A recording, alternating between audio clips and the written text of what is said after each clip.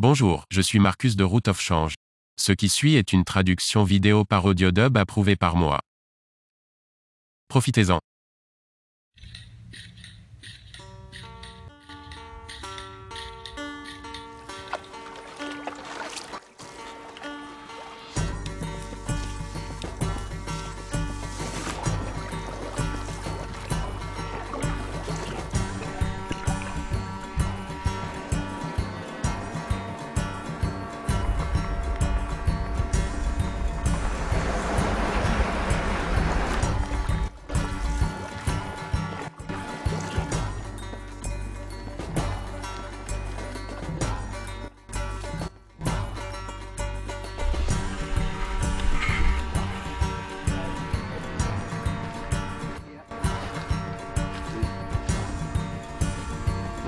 Allez, c'est parti. Il est temps de le faire.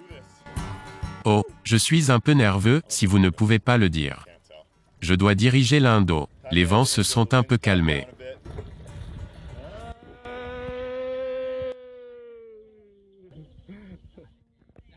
Au revoir. Tu veux que je le fasse? Je l'ai fait.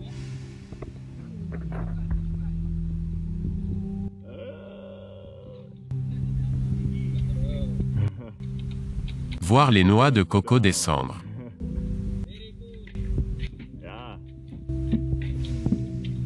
Puis j'ai pagayé jusqu'à la rive côté vent.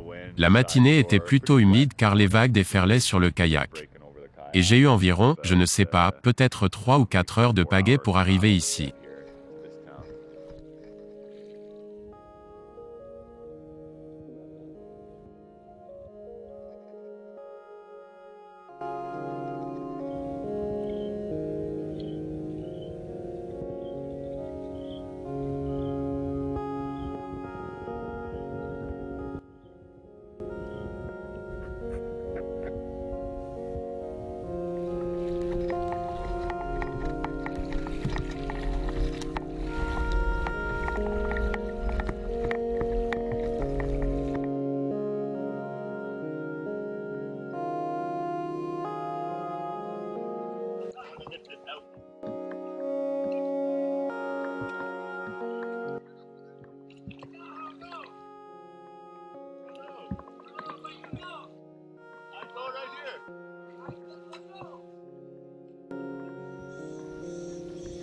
J'ai donc pagayé jusqu'en ville. Je n'ai pas pu trouver d'endroit idéal pour sortir le kayak de l'eau et les gens me faisaient signe de m'arrêter à côté d'un bateau. Mais alors je dois le garder à côté du bateau. Je voulais le sortir de l'eau, alors j'ai trouvé ce petit endroit ici. J'ai pu sortir, et m'enfoncer dans une vilaine boue noire. Puis j'ai laissé le kayak là et je suis allé demander à cet hôte juste là. Ils m'ont dit qu'ils ne me laisseraient pas rentrer le kayak, mais je suis allé au coin de la rue, juste ici. La pension m'a dit que c'était bon et je suis revenu, j'ai enlevé une partie du poids du kayak et je l'ai juste mis sur le côté ici. Et puis un type est descendu et m'a aidé à soulever le kayak. Il y avait 5 personnes au-dessus qui l'ont livré juste au coin de la rue devant ma maison d'hôte. Ce sont quelques-uns de ces types. En fait, c'est plutôt mignon, mais je pourrais avoir une sorte de nouvelle maladie en passant par là. C'est ma maison là-bas, le bâtiment rose. C'est là que j'ai fait du kayak la nuit dernière. Une petite place. Je vais donc passer la journée à me reposer et à attendre des marées plus favorables sur la rivière que je m'apprête à remonter, car je devrais pouvoir profiter de la poussée des marées pour les 50 premiers kilomètres. Je vais avoir besoin de cette aide parce que j'ai encore 50 à 70 kilomètres à parcourir. Je peux le faire, je peux le faire. Je peux faire ça, et puis je fais ça, et puis je fais ça. Voici la vue depuis mon hôtel.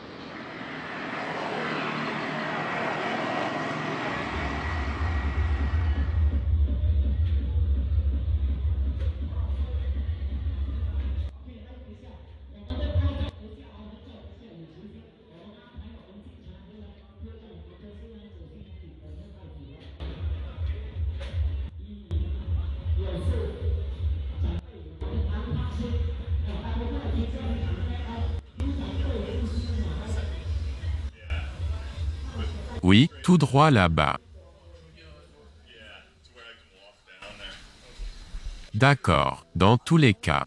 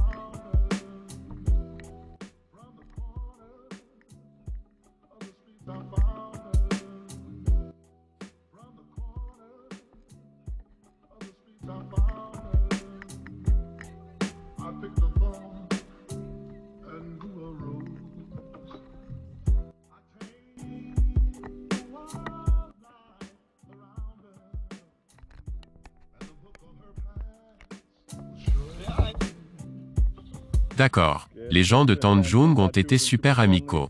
J'y vais maintenant. Il faut me voir tâtonner autour du canoë. Je vais là-bas. J'ai une grande traversée à faire et je me dirige vers le Kampar.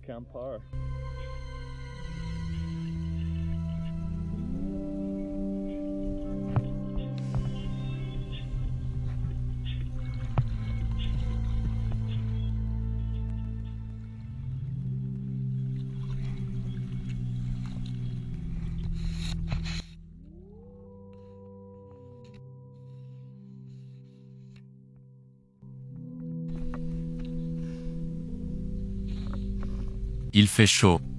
Il fait très chaud. Regardez ça. Je transpire, des seaux de sueur dans le sauna.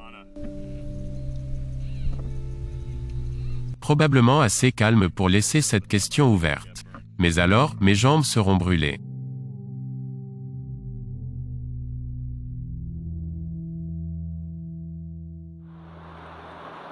Bienvenue à Kampar. J'ai décidé de remonter le bateau juste à temps.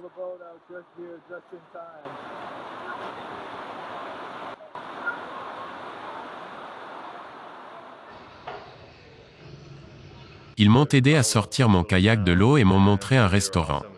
J'ai pu obtenir de la nourriture et de l'eau, puis ils m'ont montré une maison d'hôte où j'ai obtenu une chambre pour 10 $ canadiens par nuit.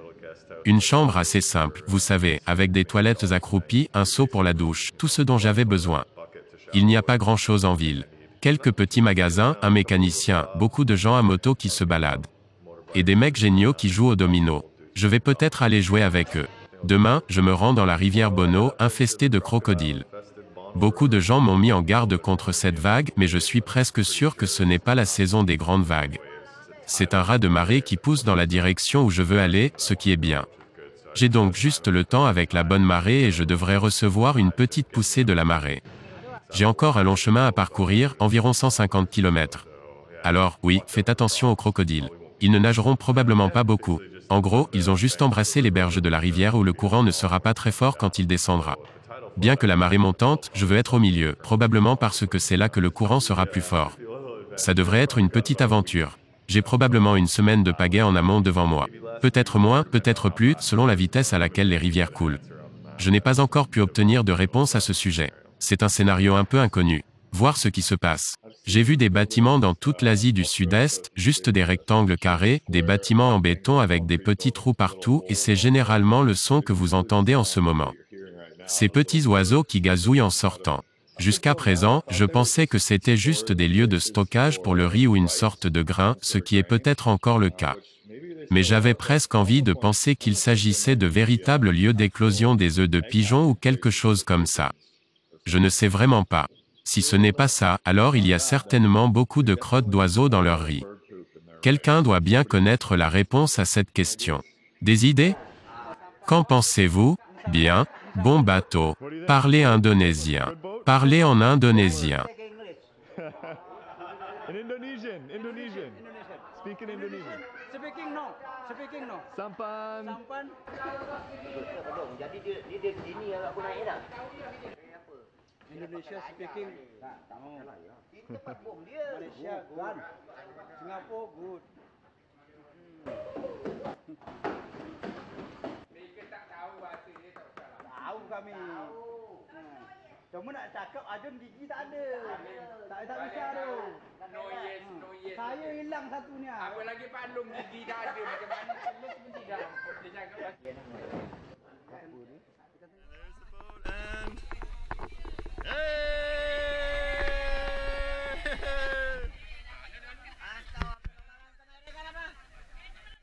Jol. Payah kalau orang sampai petang malu tak tahu apa benda. Awak dah penumpang sini jadilah kita. Au revoir. Selamat jalan. Selamat tinggal. D'accord. Merci. D'accord. Merci. Au revoir.